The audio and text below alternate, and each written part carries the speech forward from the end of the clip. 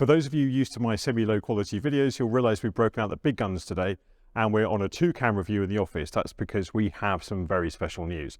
We've just been awarded funding from the Wellcome Leap project, which is a fund of $50 million to support disrupting surgical training in a really interesting way.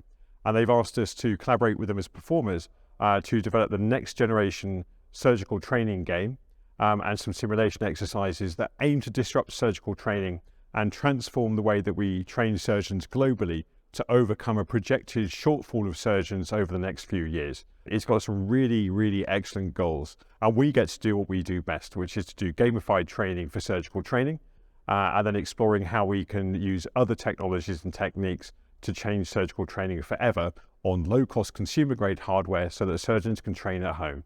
More on this later.